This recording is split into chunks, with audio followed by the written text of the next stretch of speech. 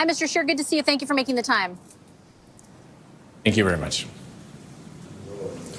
So I just had a producer text me who's out there waiting, saying that she believes you are the sort of leader in the House of Commons now, that decision was taken in caucus. Can you confirm if that is the case and just sort of describe what your role will be? Sure, I can confirm that that our caucus has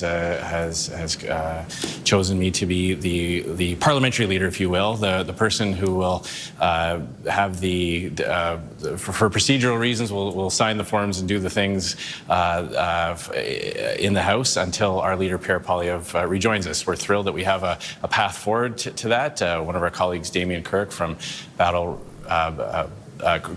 River Crowfoot has very selflessly offered a path for Pierre to rejoin us in the House of Commons. So for the very short term, just for a few weeks, I'll be fulfilling the duties that need to be done by someone from the House of Commons. So do I take from that you anticipate Mr. Poilievre will be back in the House of Commons come fall? And in the interim, does that mean you're officially the leader of the opposition in the House of Commons? And will you do things like, for example, occupy Stornoway, the official residence for the official opposition leader? We have a leader of the party, and we expect that Mr. Carney will be true to his word. He has promised to call a by-election quickly so that Pierre can rejoin us in the House and lead us from the chamber. He still remains the leader of the party and the movement. He's got the support of caucus. He's got the support of 8 million Canadians who voted Conservative and our movement all across the country. So for the next few weeks, for procedural reasons, there are some things that require someone to do who has that seat in the House of Commons. I'll be fulfilling those duties, but he's still the leader of the party. As to other things, these are early minutes after our caucus concludes, so I might not have all the answers you might be looking for, but going forward, I can tell you that we're in good spirits. We had a good discussion, and there's definitely going to be a lot of excitement when Pierre rejoins us in the chamber and again leads us from the House. How certain, Mr. Scheer, are you of the level of support from caucus for Mr. Poilievre? My understanding is that caucus voted, for example, to adopt the Reform Act, which means the possibility exists of a leadership vote or a leadership review vote in caucus. Is that not the opposite of saying wholeheartedly you support Mr. Poilievre collectively? No, I'll let our caucus chair speak to formal decisions of caucus that are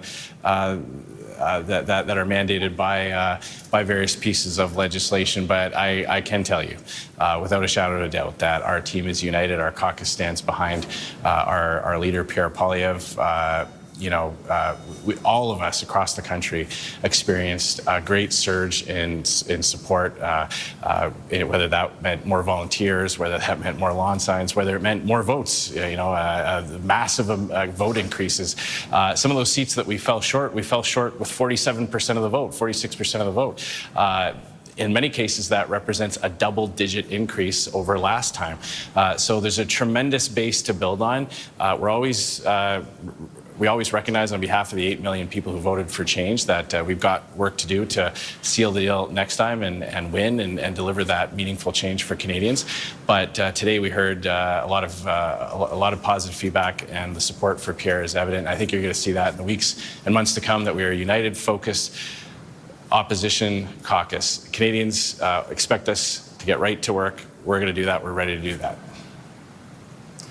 Respectfully, Mr. Scheer, are you sure, though, that Mr. Poilievre wasn't part of the problem? And isn't that evidenced by his, more than 4,000 vote loss in a riding that he held for 2 decades? If, in fact, caucus was so unified in their support and endorsement of Mr. Poilievre, wouldn't they not be moving forward with the Reform Act and a potential leadership vote among caucus? How does that add up?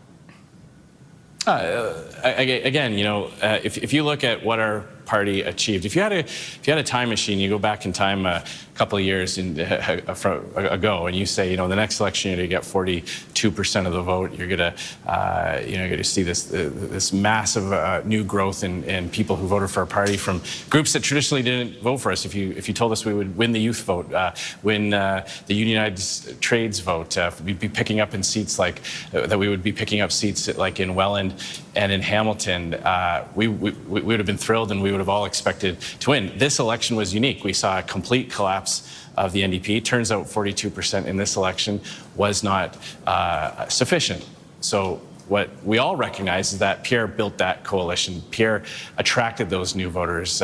He did specific outreach to young people, speaking to their issues, talking about housing, talking about, once again, restoring the promise of Canada, where you could work hard and afford to buy a home in a safe neighborhood. That spoke directly to the challenges of young people and for our unionized trades workers who were left out of work because of the Liberal NDP government canceling big projects, big energy projects that would put thousands of people back to work. So Pierre built this amazing coalition that got us to 42%. There's no question that was a result of his determination, his inspirational leadership, his ability to communicate and reach out to those groups. So the best way forward is for the caucus to support Pierre, for the movement to support Pierre, so that he can build on that and win in the next election.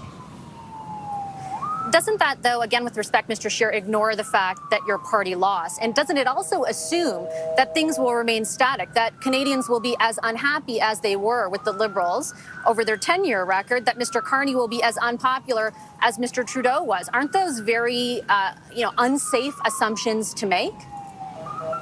Well, it sounds like you're the one making assumptions there, Vashti, and you know what happens when someone assumes things.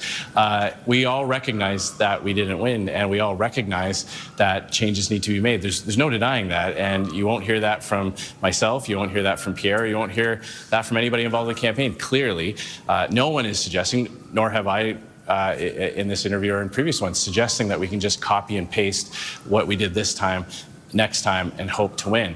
What I'm saying is that we all recognize how we got from 33, 34% in the last election to 42% in this election. And that was Pierre Poilievre. That was Pierre Poilievre's vision to develop a platform in consultation with caucus, based directly on the stories he's heard from individual Canadians who are suffering under the Liberal policies. He put that platform together. He put forward a communications plan to articulate what conservatism would do for hardworking Canadians.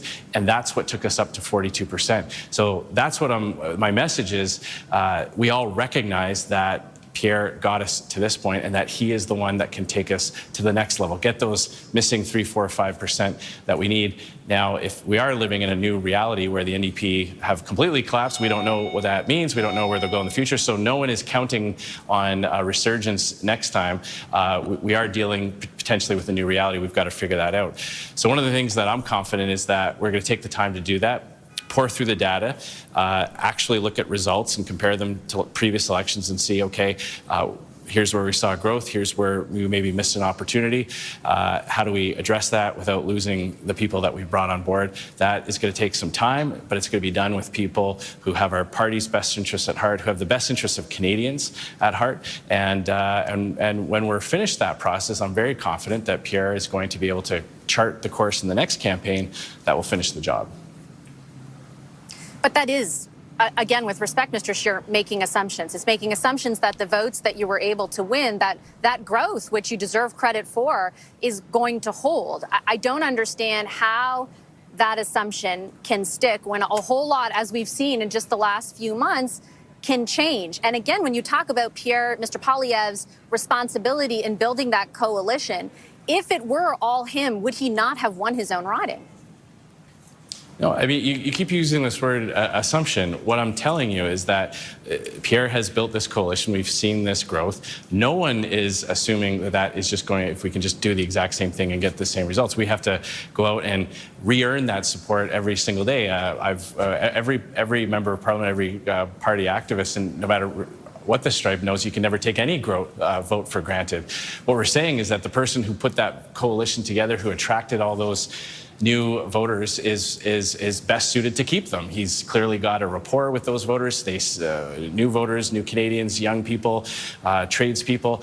They definitely see something in Pierre. They responded to his message in big numbers.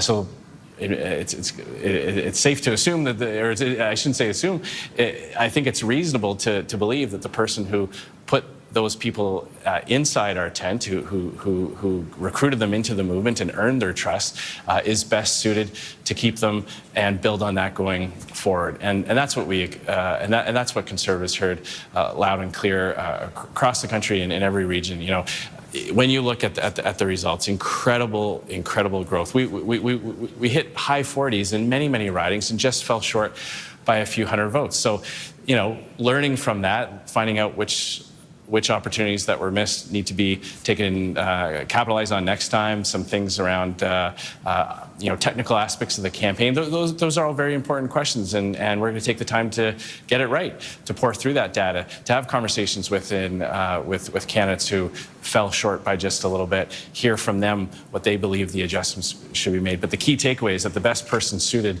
to do that is the person who got us so incredibly close, built this movement up to these unprecedented levels in many parts of the country, and who has now the expertise of running a national campaign and knows exactly, from his perspective, what he would do differently, combined with all the feedback he's going to get from MPs and candidates.